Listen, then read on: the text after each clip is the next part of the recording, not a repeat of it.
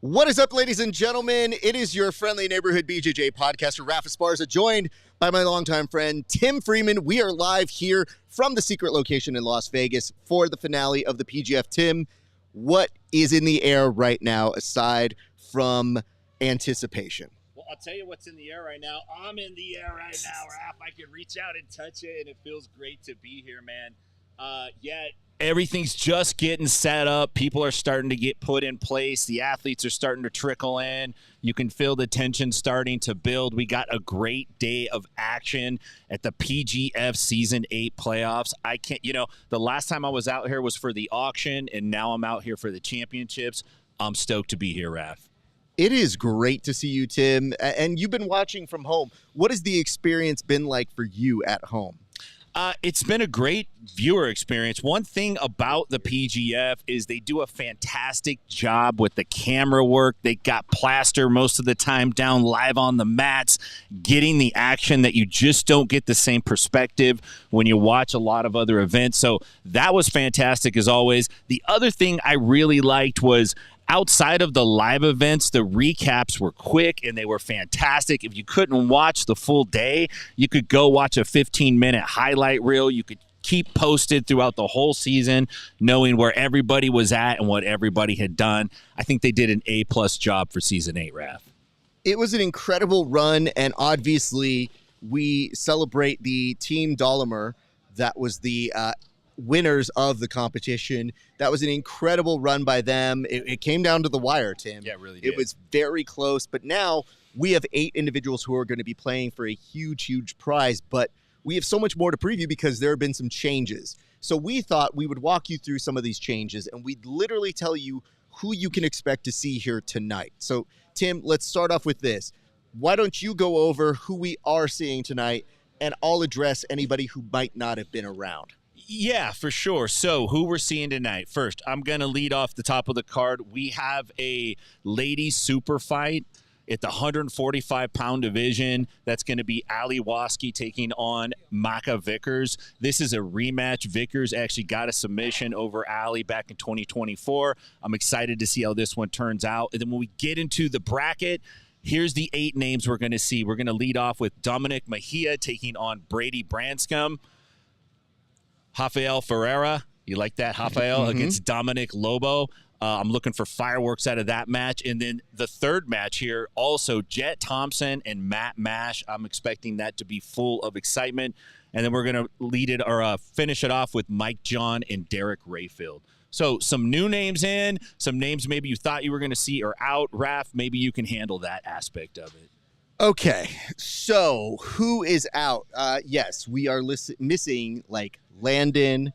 We are missing Christos. We are missing, I think, Chris Olivio and Anthony Molina Valdez for many different reasons. But those are the individuals you would have seen tonight. However, in their places, we did get some game individuals who were very big playmakers throughout the season. For example, Mike John was a huge help for his team where he got a submission where it did kill his playoff chances. So he ended up going for 3 when a 6 might have assured him a better spot. Sure, yeah. So that was a huge play for him. Very excited to see him in here. Additionally, you got somebody like Brady Branscombe who just appeared with us at Subversive, found his way here, back on this card, and also will be at EBI this Friday. So big props to him.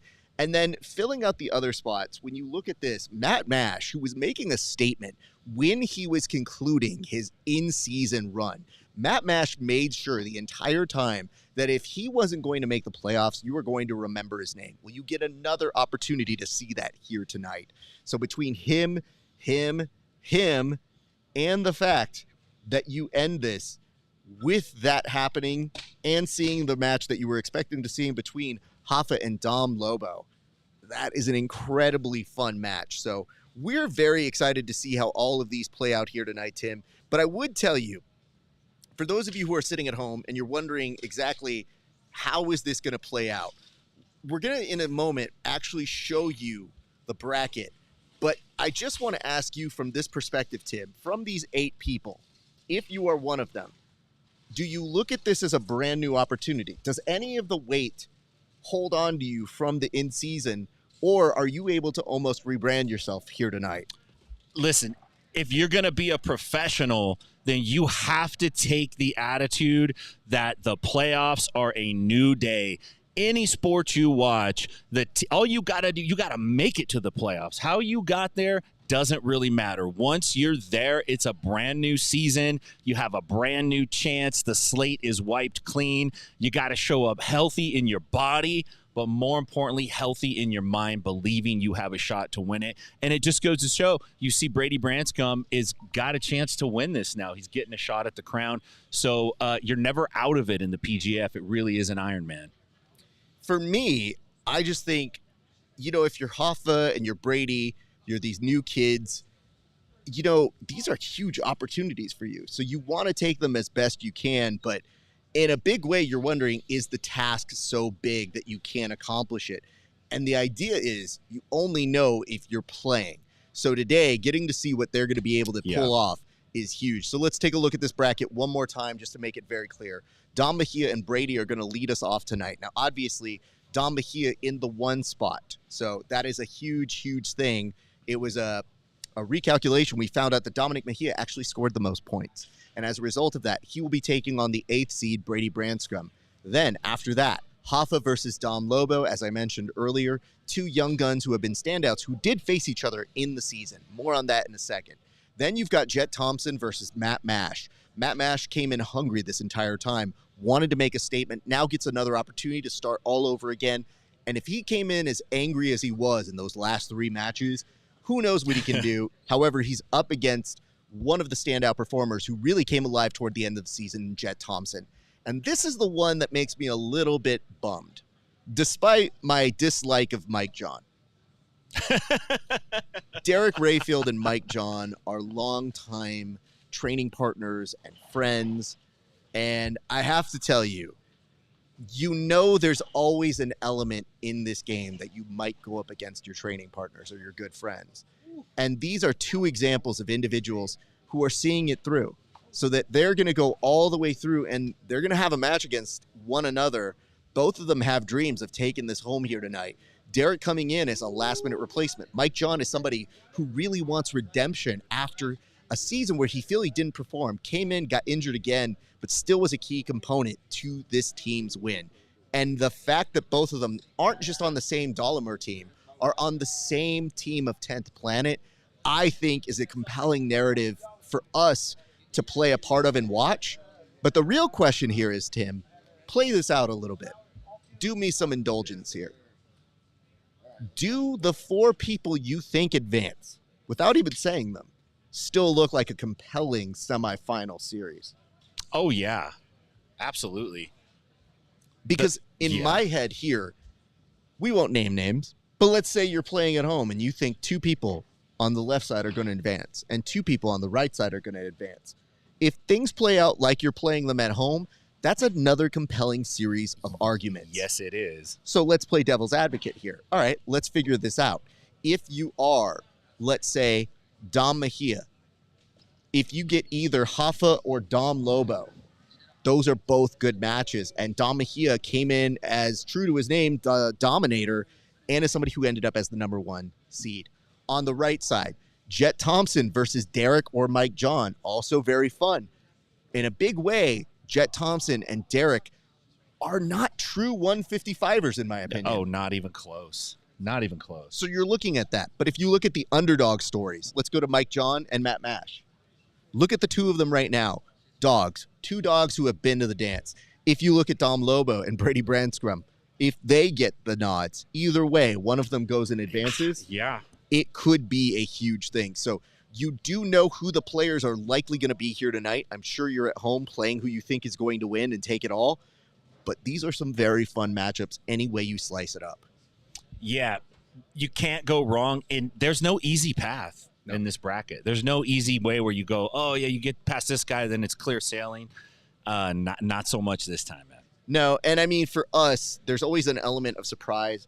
A likelihood at this scenario is that maybe one surprise happens. Maybe. Sure. Maybe. And maybe you don't see it coming. But I'll grant you that. We would love for you at home to tell us, who do you think's going to win and who do you think is going to be the surprise? So that is a big component for us. So in the comment section, who are you ride or dieting for? And also, who do you think is going to shake up the major events that are happening here tonight as we do this very compelling pre-show? But Tim, we have some board topics to go through. I thought right now I'm going to put time on the board and I'm going to pause it. Okay. So the first element of business that we have to get through right now is there was a whole season some of you might have missed.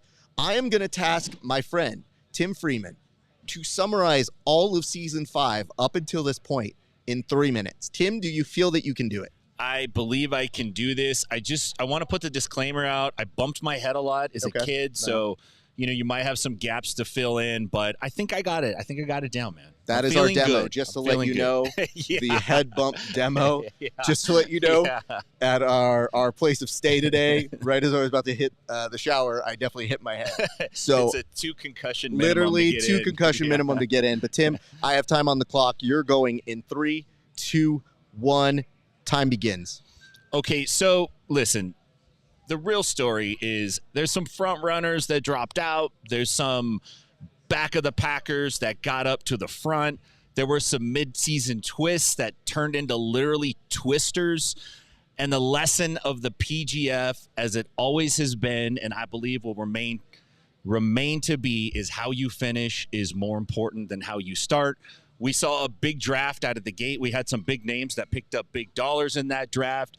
Jet Thompson, Chris Olivo, Christos Papadelos, J.J. Bowers. And I think there was some pressure on some of these guys to live up to those draft dollars. The team started to form after draft day. And one of the things we both said was, man, there's a lot of parity amongst these teams. We can't really tell who's going to break out and who's not. But I think the general sentiment was that New Hope appeared to come in with a plan. They had everything together. We saw the new Travis Thomas. It was like, well, okay, these guys are making a splash. What's going to happen here? And as the season started after week 1, got towards week 2, it was like, okay, these teams kind of looked close. And then we had the midseason shakeup. We had some guys come in for the Twisters. We had some guys come in for Dahlimer. We saw the appearance of Derek Rayfield. We saw Dominic Mejia jumped into the tournament.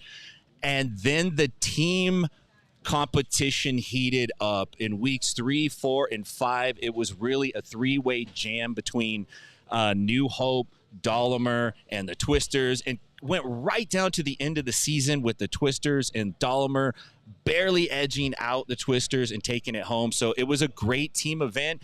And then we got to the individual brackets. And we got to some guys that, look, there were 2 outsiders who didn't even compete in week 1, ended up on top of the leaderboard with Dominic Mejia and Derek Rayfield. These guys came in and made huge impacts to the league. And now we're seeing both of these guys in the individual playoff. Jet Thompson, who really was thought of to be a front runner, had a little bit of a slow start, but never lost steam.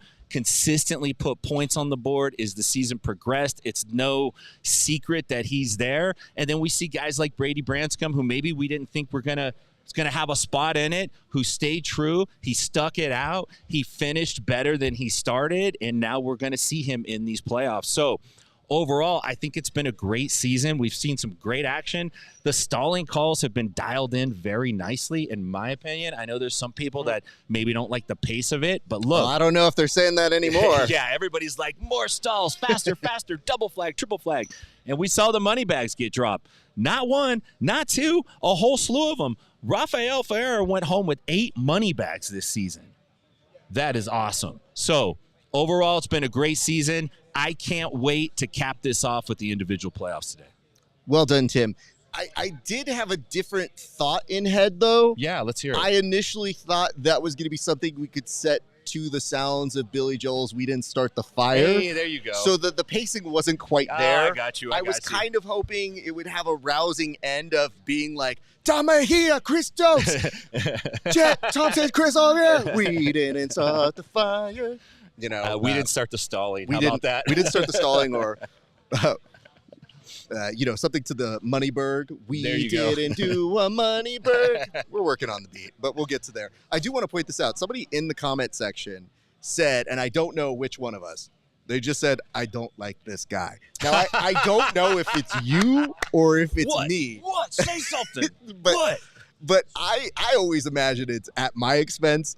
Sir, Israel, explain yourself. I guess that's the question. If you don't like us, just tell us why. Yeah.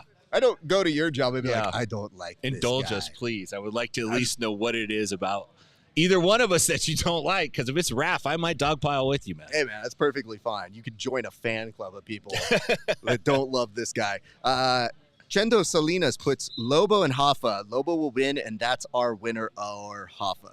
So I think you were saying you think Lobo will win and Hoffa will be the big surprise of tonight. The tough part of that equation is they face each other in the first round. Yeah. So the big surprise is that of you would probably have to lose to advance. Yeah. I think you almost want to mix those two up if you can.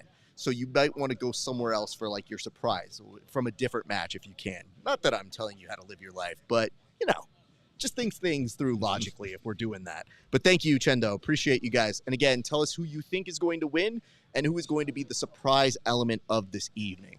So Tim, that will conclude our recap, but we do have more to get through here tonight as we advance the board. We're going to be giving you the latest updates. Now, we went through a series of these of who is in and who is out, but there are some other updates that I think are worth mentioning, including what they are fighting for here tonight. There is a big reason that a lot of these guys are so excited, and one of those things might be due to a partnership. Tim, walk us through some of the reasons why they might be excited, as well as some of the other generic updates for this event. I like generic. I'm good with the generic updates. No, so I think the big thing Raph is alluding to is the winner of the event. You can correct me if I have my facts wrong. Is going to get a place on the UFC BJJ Correct. card. I don't know if it's a specific card that they're getting a place on, but they're going to be on that specific show. So, that's a big plus if you're one of these guys who's trying to build a name. We're living in a time where jiu-jitsu is becoming professionalized, and that means many, many athletes are going to have the chance, the opportunity to become professional jiu-jitsu athletes, and this is definitely on the pathway to that. So outstanding news. I think that's kind of the biggest update. Other updates, we've heard who's in and who's out. And then I think the ladies match is really something that deserves some attention. I think it's going to be a great match. I love seeing rematches, and I love it when there's fire in the opponent's eyes. And I know this is a serious rematch because, listen, this is B team versus Kingsway. So whether or not you want there to be drama on it, there's some importance to it, right? There's at least some internal bragging rights. Like, you never want to lose to the competitor, right? You never want to lose to the rival. You always want to win. So is it Simple Man Martial Arts and Kingsway? Oh, I don't know. Do we now refer to them as their new is that things? what it is now? Simple Man? I think that they changed to Simple Man. They announced. So that was the weirdest part about the end of that is they go, ladies and gentlemen, give it up for B Team and New Wave, who aren't going to be called this anymore. I thought Simple Man was a brand they sold at Ross. Target, right? I thought it was a soup brand that you get. It's like Simple you get Man. Hungry Man dinners and a Simple Man platter. Simple Man. Vegetarian lean soup. I noticed this. A note that comes from somebody that says, I don't like Raph, and that it says, I also don't like Raph. My apologies. And that is from Brady Hilton, otherwise known as the person with perfect attendance here at the PGF. He is Miss Congeniality, if there ever was one. Brady, I hope you're doing well at home, watching from the comfort of your house. But the rest of us here, I see a note from CPT Tetris that says, good morning, Peak Grappling Federation enjoyers. That's a very nice compliment here. We do take those things seriously. So I do want to say this. If we're setting the table, and we do have the ability to do that here, you can go elsewhere to talk mess about other organizations. We're very happy with what we do here at the PGF. So for tonight, our challenge for you in the comment section is to really talk about why you like this rule set. It is easy to go on the internet and tell people why you don't like something. But for tonight, we're going to see if you guys can be on your best behavior and tell the people that you love them, and not just have to sit here and tell us, like, I don't like this rule set because, hopefully you're here tonight because you like ours. And I think ours is pretty good, Tim. Don't you? Oh, I think it's fantastic. I think the rule set is great. And one of the things that the commish kind of whispered in our ear, he just leaned over the table. He said, boys, the problem's not with overtime. Well, he's a little hoarse right now. He's recovering. The problem's not with overtime.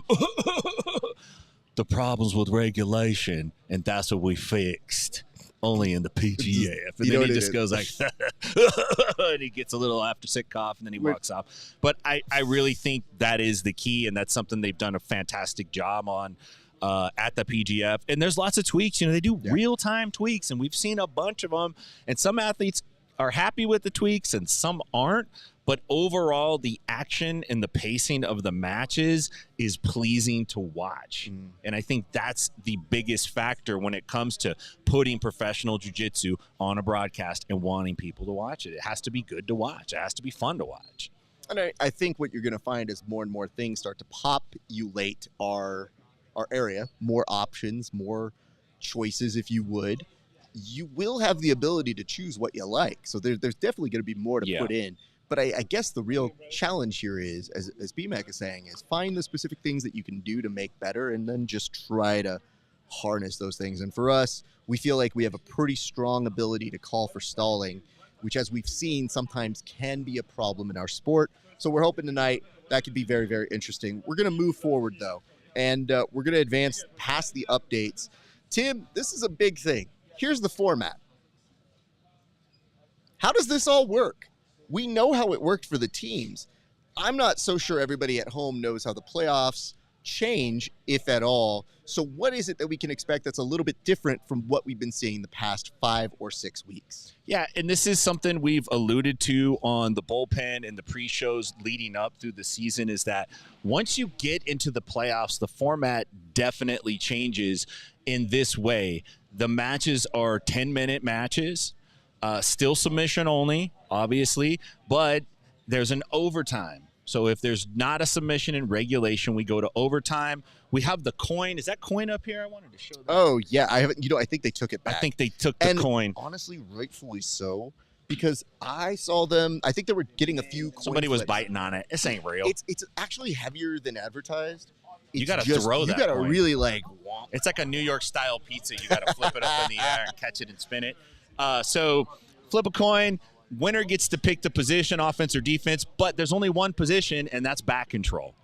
So that's the only spot you can start in, and then it's, standard OT rules. As far as we go, we're going one round. If you get a sub, your opponent has that time to sub you. If there's no sub, then we go on escape time. Now, here's the catch.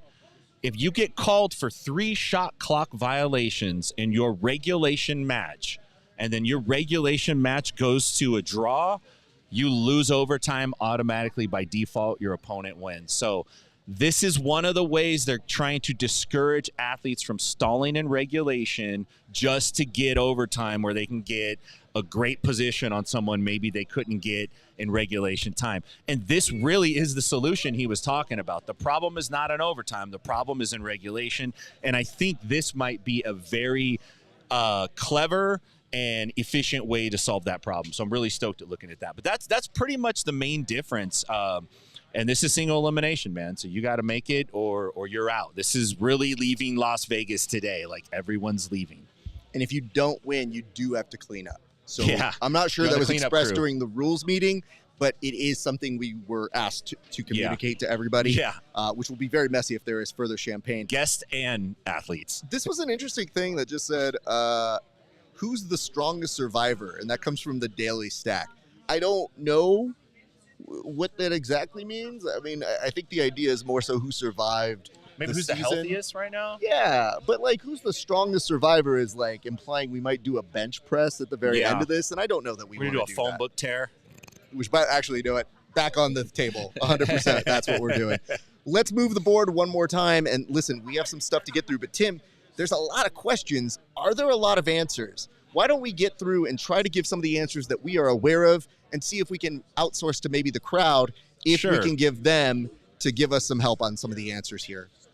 Well, I think the big answer, the big question was when there was an initial roster shakeup before the season ever started. There was a group of guys that were thought to going to be in it, and then the format kind of changed, and then the listing changed. And there was this idea of is this really going to deliver? Is this going to be a show that delivers? Are these athletes going to be able to show up and really show out? I believe that question has been answered, and the answer is yes, 100%. These guys delivered and then some. this weekend or this season. So I think that was like one of the big questions. And then the other question is, how important is it to have a team win versus an individual win?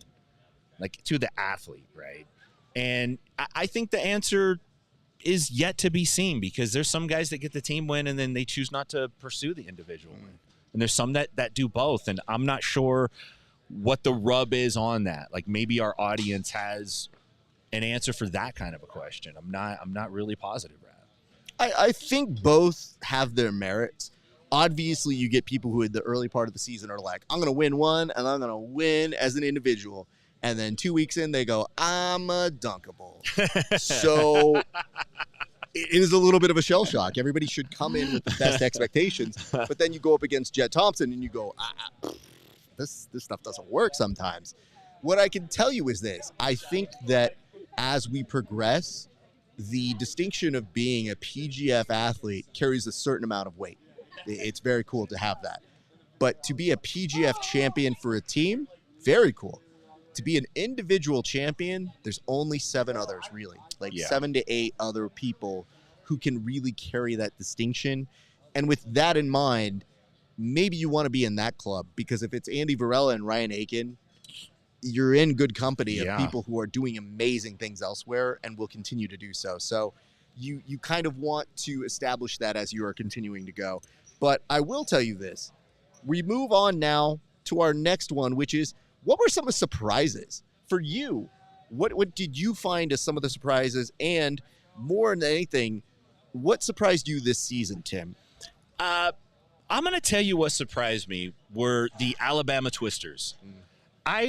With the late announcement of this new team coming into the league from Alabama, the Twisters, I kind of thought, I'm not sure how organized this team is going to be, and are they going to be able to pull this off in a meaningful manner? And then the secondary surprise was the introduction of the new athletes in week 2 and how much it changed the complexion of the season. After you look back and you see what Mejia did, you see what Rayfield did, you see what Ardilla did, you see the impact that these guys had on their teams. I think for me, those were the 2 biggest surprises, that the Twisters could come in as a new team and almost win the whole thing. Amazing, right? What an outstanding job. And that a guy like Derek Rayfield could come in and literally rocket to the top of the leaderboard right next to Mejia, who I think Rayfield got most of the pop on a lot of it, but Mejia was quietly going to the top the entire time. So those are my 2 big surprises from the season. That's a good surprise. I'll give you mine. I think that mine is not super far off, but it's also like, what are we doing predicting who's going to win? That's the surprise. We literally did a draft and we were like, I think this team's the best. I think this team's the best. Just kidding. Should know that right now, when you come to find out who can make their way from the couch to the competition mat the next week, it did make some things change. But having said that, if you're trying to beat the best in the world, you can't make excuses when some of the best people on the injured reserve or free agency come into this competition. If you want to be the best, be the best. But what you found was some people said, wait, I'm sorry, who are you bringing? And who's your friend? Uh-oh.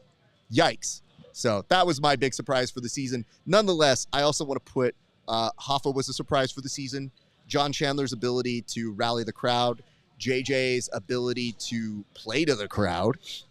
He was definitely like edging heel territory, but there was a lot going on there. And I definitely felt like you would see some stuff. Tim, I was told there's going to be a Hall of Fame. So very quickly, do you have any names? Because we don't know. We weren't told who was going to be in the Hall of Fame. But do you have any names for people who should be in the Hall of Fame? I'm going to go to you very quickly, sir. Okay, look, off the top of my head, listen, I'm sorry to do this to you, Rap.